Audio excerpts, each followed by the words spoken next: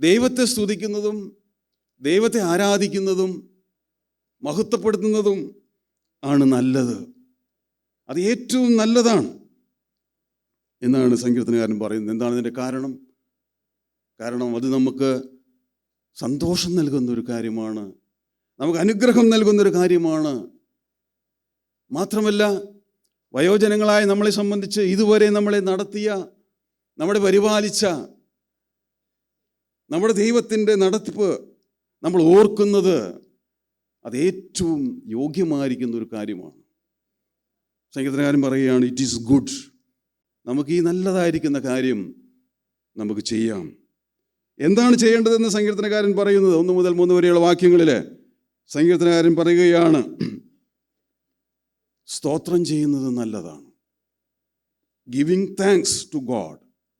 സ്തോത്രം ചെയ്യുന്നത് നല്ലതാണ്.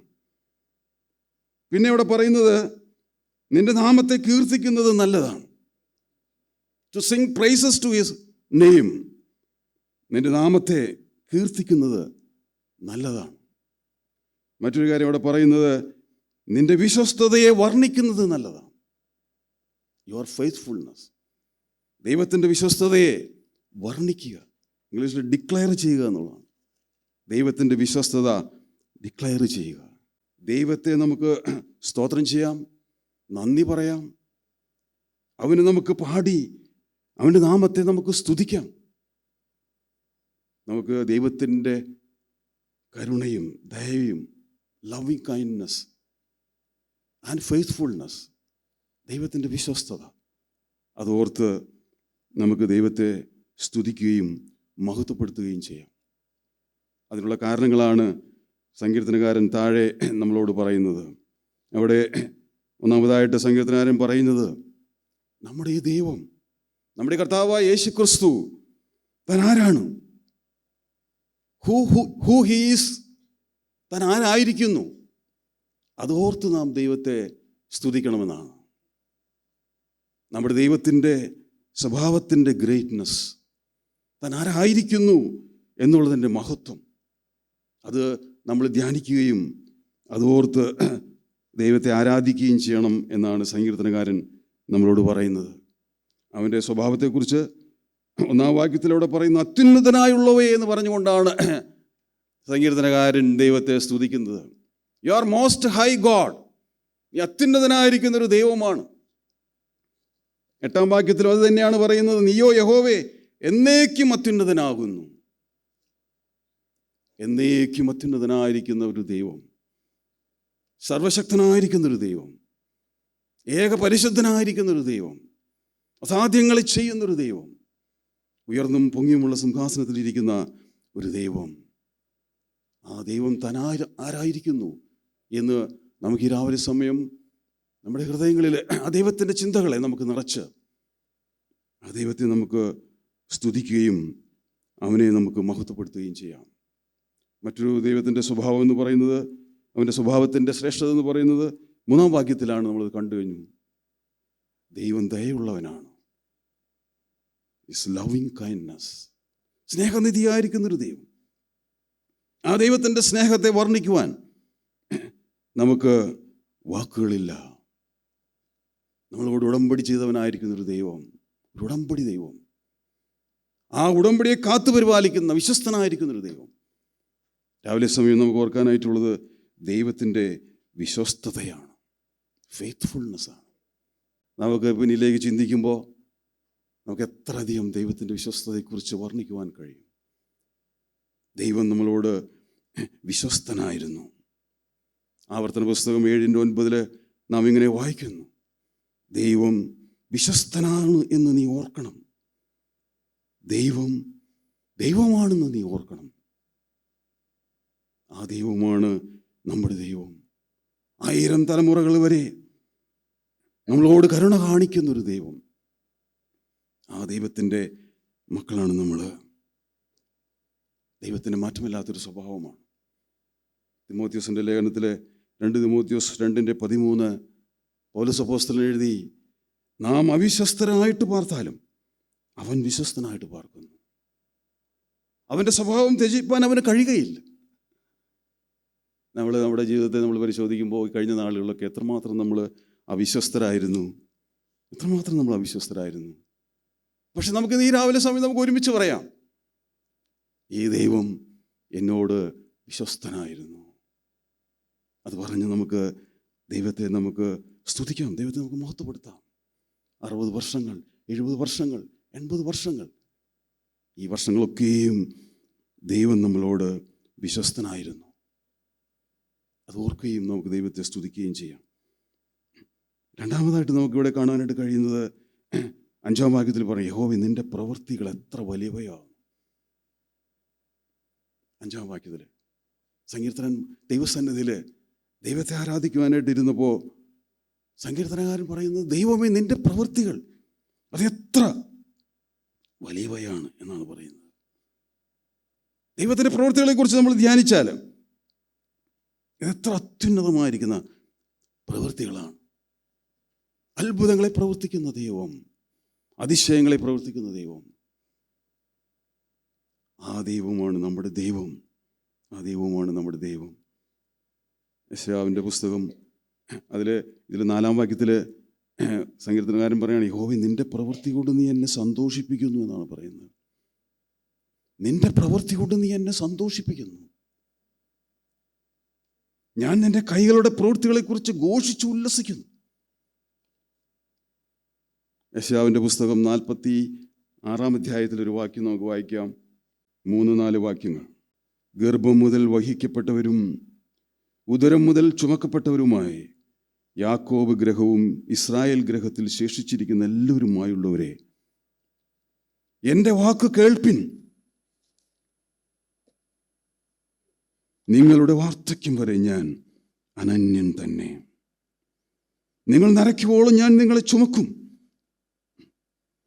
ഞാൻ ചെയ്തിരിക്കുന്നു, ഞാൻ വഹിക്കുകയും ഞാൻ ചുമന്ന് വിടുവിക്കുകയും ചെയ്യും.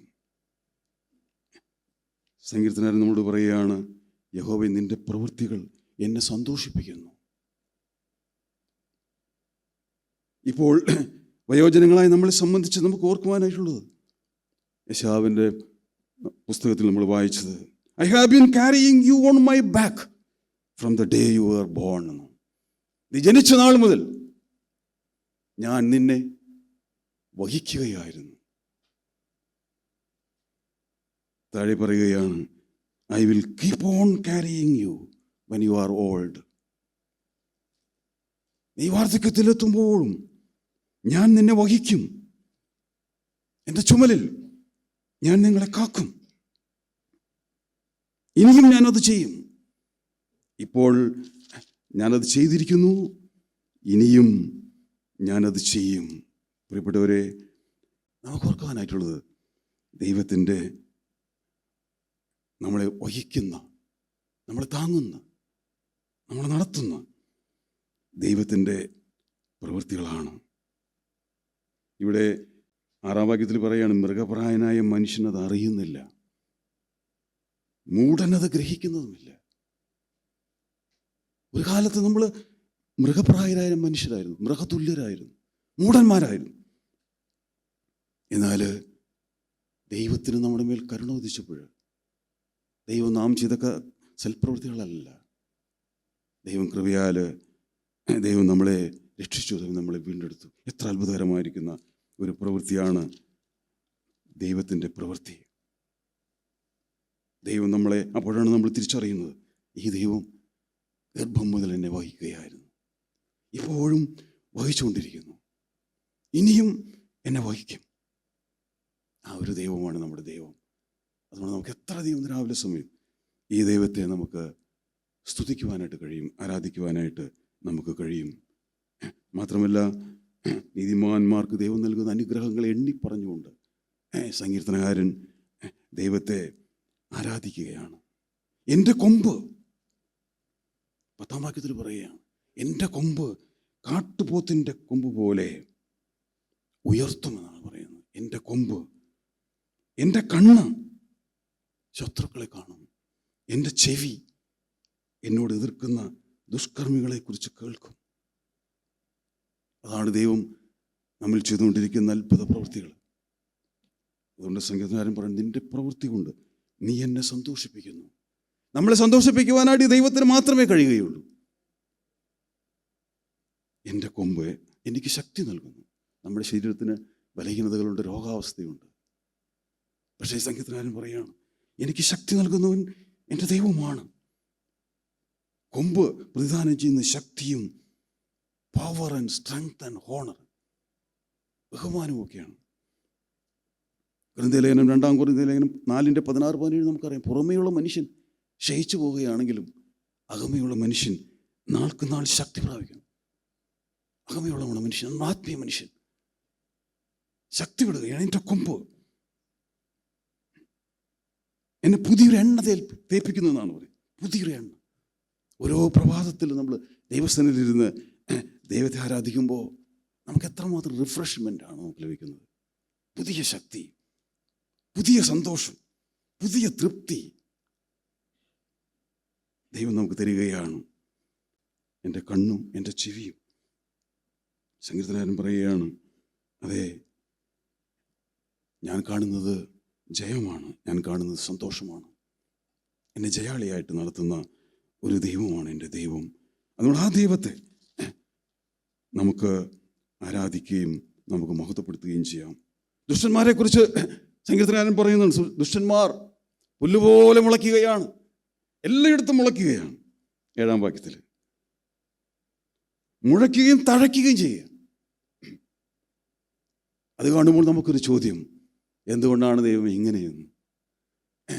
പക്ഷെ സംഗീതകാരനോട് പറയുകയാണ്, 7-ാം വാക്യത്തിൽ പറയുകയാണ്, അതൊക്കെ തൽക്കാലത്തേക്കാണ്, അതെന്നേക്കും നശിച്ചു പോകേണ്ടതിനാണ്. പക്ഷേ നീതിമാനെക്കുറിച്ച് സങ്കീർത്തനക്കാരൻ നമ്മൾ ഓർമ്മപ്പെടുത്തുന്നത് 12-ാം വാക്യത്തിൽ മുതൽ പറയുകയാണ്, നീതിമാൻ പന പോലെ തഴയ്ക്കും, ലെബനോനിലെ ദേവദാരു പോലെ വളരും. യഹോവയുടെ ആലയത്തിൽ നടുതലയായവർ നമ്മുടെ ദൈവത്തിൻ്റെ പ്രാകാരങ്ങളിൽ തഴയ്ക്കും. വാർദ്ധക്യത്തിൽ അവർ ഫലം കായ്ച്ചുകൊണ്ടിരിക്കും. നമുക്ക് ആശ്വാസം നൽകുന്ന, ശക്തി നൽകുന്ന, ഉന്മേഷം നൽകുന്ന വാക്യങ്ങളാണ്. നീതിമാനെ ദൈവം നടത്തുന്ന വിധങ്ങൾ. യഹോവയുടെ ആലയത്തിലേക്ക് പറിച്ചു നട്ടവരാണ് നാം. ദൈവത്തിൻ്റെ സന്നിധിയിൽ ജീവിക്കുന്നവരാണ് നാം. രാവിലെ കേട്ട് ദൈവത്തോടു കൂടെ നടക്കുക. അവരെക്കുറിച്ച് പറയുന്നത്, അവർ ദേവദാരു പോലെ വളരും. അവരുടെ ശക്തി, അവരുടെ മനോഹരമായിരിക്കുന്ന ജീവിതം, കണ്ടൻമെന്റ്, തൃപ്തിയുള്ള ജീവിതം പന പോലെ തഴയ്ക്കും. സാഹചര്യം ഏതുമായിക്കൊള്ളട്ടെ, നമ്മുടെ ശരീരത്തിന് ബലഹീനതകളുണ്ട്, രോഗാവസ്ഥയുണ്ട്, പ്രതിസന്ധികളുണ്ട്.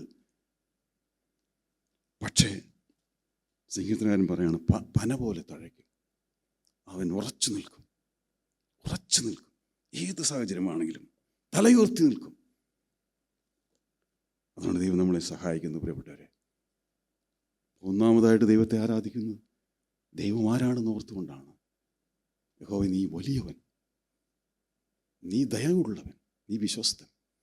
രണ്ടാമതായിട്ട് നമ്മൾ കണ്ടത്, യഹോവേ, നിന്റെ പ്രവൃത്തികൾ എത്ര വലിയവയാകും. അതോർത്തുകൊണ്ടാണ് നാം ദൈവത്തെ സ്തുതിക്കേണ്ടത്. നീ നിന്റെ പ്രവൃത്തി കൊണ്ട് എന്നെ സന്തോഷിപ്പിക്കുന്നു. നമ്മളെ സന്തോഷിപ്പിക്കുന്ന ഒരു ദൈവം. മൂന്നാമതായിട്ട് ഒരു കാര്യം കൂടെ അവിടെ പറയുകയാണ് 5-ാം വാക്യത്തിൽ, നിന്റെ വിചാരങ്ങൾ അത്യന്തം അഗാധമായവ തന്നെ. യഹോവേ, നിന്റെ വിചാരങ്ങൾ, ഹൗ ഡീപ്പ് ഇറ്റ് ഈസ്, എത്ര അഗാധമായതാണ് നിന്റെ വിചാരങ്ങൾ. ഇവിടെ വിചാരങ്ങൾ എന്നുകൊണ്ട് ഉദ്ദേശിക്കുന്നത് ദൈവത്തിൻ്റെ ഉദ്ദേശങ്ങൾ എന്നാണ്. പർപ്പസസ്, ദൈവത്തിൻ്റെ ഉദ്ദേശങ്ങൾ, അതിൻ്റെ അഗാധത്വം. അത് ഓർക്കുമ്പോൾ നമുക്ക് ദൈവത്തെ എത്ര സ്തുതിച്ചാലും മതിയാകുകയില്ല. യെശയ്യാവിൻ്റെ പുസ്തകം 55:8-9 പറയുന്നത് നമുക്കറിയാം, എൻ്റെ വിചാരങ്ങൾ നിങ്ങളുടെ വിചാരങ്ങളല്ല, എൻ്റെ വഴികൾ നിങ്ങളുടെ വഴികളുമല്ല. ആകാശം ഭൂമിക്ക് മതി ഉയർന്നിരിക്കുന്നത് പോലെ എൻ്റെ വിചാരങ്ങൾ ഏറ്റവും അഗാധമായതാണ്. ദൈവത്തിൻ്റെ പരിപാടികൾ, ദൈവത്തിൻ്റെ ഉദ്ദേശങ്ങൾ. റോമാലേഖനം 11:33 വാക്യം നമുക്കൊന്ന് വായിക്കാം. ദൈവത്തിൻ്റെ ധനം, ജ്ഞാനം, അറിവ് എന്നിവയുടെ ആഴമേ, അവൻ്റെ ന്യായവിധികൾ അത്ര അപ്രമേയവും അവൻ്റെ വഴികൾ എത്ര അഗോചരവുമാകുന്നു.